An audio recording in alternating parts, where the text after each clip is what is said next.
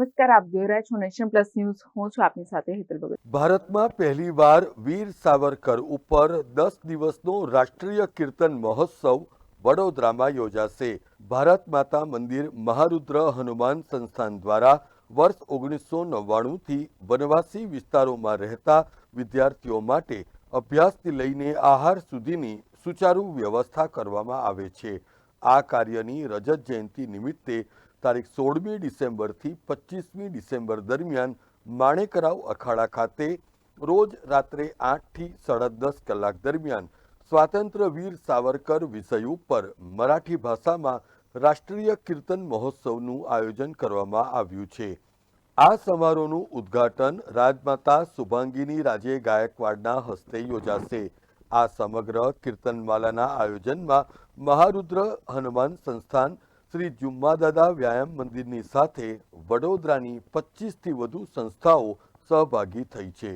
શ્રી મહારુદ્ર હનુમાન સેવા સંસ્થાનના સ્વર્ગસ્થ પ્રમુખ શ્રી પીવી મુરજાણીના દેવાંશ પછી એ અમારા આજીવન પ્રમુખ હતા. ત્યાર પછી કાર્યકારી પ્રમુખ તરીકે હું ભરત ખોડે આજે પ્રેસ સંબોધું છું.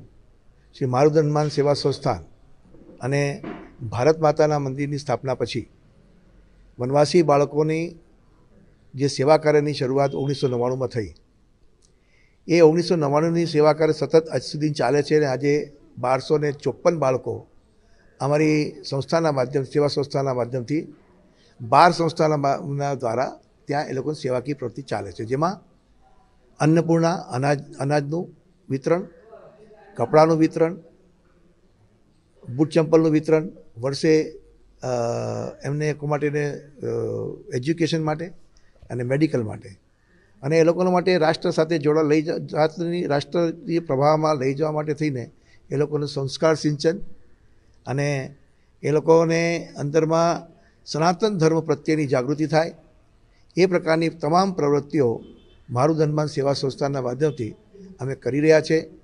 પણ થોડા સમય પહેલાં શ્રી મહારુદ્ર હનુમાન સંસ્થાના અમારા માર્ગદર્શક ભાસ્કરભાઈ ગોળદસ્તેજીના પાસે મહારાષ્ટ્રીયન મંડળના લોકો ભેગા થયા અને એમને વાત મૂકી કે ભાઈ આવા બાંધવો માટે થઈને આપણે આપણા વડોદરાના મહારાષ્ટ્રીયન સમાજે મોટું કામ ઉપાડવું જોઈએ.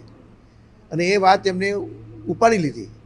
એટલે એ વાતને લઈને અમે અભિનંદન અને એમનો આભાર માનીએ છીએ મહારાષ્ટ્ર મંડળનું અને આખા મહારાષ્ટ્રીયન સમાજનું, કે જેઓએ આ અમારી ભાસ્કરભાઈની વાતને ઉપાડી લીધી.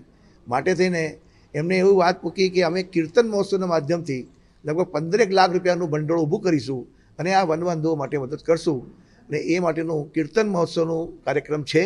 વીર સાવરકરે લંડનમાં રહીને કરેલું ક્રાંતિ કાર્ય, તેમણે ભારત મોકલેલા બોમ્બ, કાળા પાણીની કેદમાં સહેલી યાતના વિશે કદાચ આપણે સૌ જાણતા હોઈશું, પરંતુ તેમણે રત્નાગીરીમાં કરેલું અસ્પૃશ્યતા નાબૂદીનું કામ, એ તમામ હિન્દુઓને નાતજાતના ભેદભાવ વિના પ્રવેશ આપતા પતિત પાવન મંદિરની સ્થાપના, હિન્દુ મહાસભાના અધ્યક્ષ રૂપે અખંડ ભારત માટે તેમણે કરેલો વ્યાપક સંઘર્ષ, રાષ્ટ્રની રક્ષા માટે તેમણે ચલાવેલા અભિયાનો વિશે ખૂબ ઓછા લોકોને ખબર છે.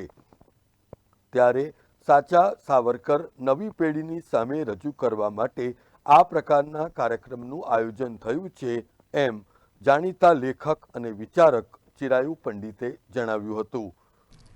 સ્વાતંત્ર્યવીર સાવરકર એક એવું નામ છે કે જેને વિદેશી સત્તાઓ જે હતી એ ખૂબ ગભરાતી હતી એમનાથી, અને આજે પણ જે વિદેશી સત્તાઓના હાથાઓ છે એ પણ વીર સાવરકર વિશે ઘણી ભ્રમણાઓ ફેલાવવાનું કામ કરી રહ્યા છે. એવા સમયમાં જે હજારો ક્રાંતિકારીઓના પ્રેરણા સ્ત્રોત હતા, જેમના કારણે હજારો ક્રાંતિકારીઓ કાલા પાણી ગયા કે પછી ફાંસીએ ઝૂલ્યા, એમના પ્રેરણા સ્ત્રોત આજની યુવા પેઢીને પણ દેશભક્તિના પાઠ ભણાવી શકે. વીર સાવરકરની સમુદ્રમાં લગાવેલી છલાંગ, એમણે મોકલેલા ભારતમાં બોમ્બ અને એનાથી જે ક્રાંતિ ફેલાઈ, એના વિશે ઘણાને ખબર હશે, પણ બહુ જ ઓછા લોકોને ખબર હશે કે એમણે રત્નાગીરીમાં રહીને લગભગ 12 વર્ષ સુધી અસ્પૃશ્યતા નિવારણનું કામ કર્યું. એમણે સહભોજનની પરંપરા શરૂ કરી. એમણે બધા જ હિન્દુઓ માટે નાત જાતના ભેદભાવ વિના પતિત પાવન મંદિરની સ્થાપના કરી. જ્યારે સંવિધાનમાં આર્ટિકલ 17થી જ્યારે અસ્પૃશ્યતા નાબૂદીનો કાયદો લાવ્યા ત્યારે એનું સ્વાગત વીર સાવરકરે કર્યું હતું. આ બધી વાતો આજની પેઢીને ખબર નથી અને આ જ વાતો કીર્તનના માધ્યમથી આજે આપણે ગુજરાતીમાં કહીએ તો ડાયરાનો જે પ્રભાવ હોય છે એ મરાઠીમાં કીર્તનનો પ્રભાવ હોય છે. એ માધ્યમથી નવી પેઢી સુધી આ વાતો પહોંચાડવાનો અનોખો પ્રયાસ છે. આ કીર્તન મહોત્સવની માહિતી આપવા માટે આજરોજ મહારુદ્ર હનુમાન સંસ્થાન ખાતે એક અગત્યની પત્રકાર પરિષદનું આયોજન કરવામાં આવ્યું હતું, જેમાં પ્રાકૃતિક કૃષિ વિજ્ઞાન યુનિવર્સિટીના વાઇસ ચાન્સેલર ડૉક્ટર C.K. ટિમ્બડિયા, જીવન વૈજ્ઞાનિક ડૉક્ટર રાજીવ ઠક્કર સહિત અન્ય આમંત્રિતો ઉપસ્થિત રહ્યા હતા. આ કાર્યક્રમમાં મહારાષ્ટ્રના સુપ્રસિદ્ધ કીર્તનકારો ચારુદત્ત આફળે, વિશ્વાસ કુલકર્ણી, મોહન કુબેર, હર્ષદ જોગળેકર અને વડોદરાના સંકેત બુવા ભોળે સહિતના કીર્તનકારો વીર સાવરકરના જીવનના વિવિધ પ્રસંગો શ્રોતાઓ સમક્ષ મૂકશે. આ સ્વાતંત્ર્ય સૂર્યાची ચરિત્રગાથા આ કીર્તન મહોત્સવનું આયોજન એના માટે કરવામાં આવ્યું. જેમ કે ભરતભાઈ ખોડેએ કીધું કે મહારાષ્ટ્રીયન મંડળના બધા કાર્યકર્તાઓએ ભાસ્કરભાઈ સામે પ્રસ્તાવ મૂક્યો, તો એ પ્રમાણે કયું ચરિત્ર લેવું, તો વિચાર આવ્યો કે સ્વાતંત્ર્યવીર વિનાયક દામોદર સાવરકર એમના ચરિત્ર પર સિનેમા અનેક બન્યા છે, પણ એ સિનેમા 3 કલાકનો છે. જોકે એમનું ચરિત્ર આપણે જોવા જઈએ તો બહુ મોટું ચરિત્ર છે, તો એ 10 દિવસમાં એના પાર્ટ કરીને અલગ અલગ પદ્ધતિથી જેવું સિરીઝ ચાલશે એ પદ્ધતિથી આખું ચરિત્ર ઇન ડિટેલ લોકોની સામે મૂકવાનો અમારો પ્રયત્ન છે. અને સારી રીતે મહારાષ્ટ્રના ખ્યાતનામ કીર્તનકારો એના માટે આવવાના છે. ચારુદત્ત બુવા આફળે, વિશ્વાસ બુવા કુલકર્ણી, મોહન બુવા કુબેર, હર્ષદ બુવા જોગળેકર, હું પણ એમની સાથે છું. તો એ પ્રકારે ચરિત્રનો વિસ્તાર કરવામાં આવશે. કીર્તન જ કેમ, તો કીર્તન એક એવું માધ્યમ છે જેનાથી સમાજમાં આપણે સારો એવો મેસેજ મૂકી શકીએ અને સમાજ એક જગ્યાએ એકઠું થઈ શકે. એના માટે કીર્તનનું માધ્યમ આપણે નક્કી કરેલું છે અને કીર્તન પરંપરા નારદજીના સમયથી ચાલતી આવી છે.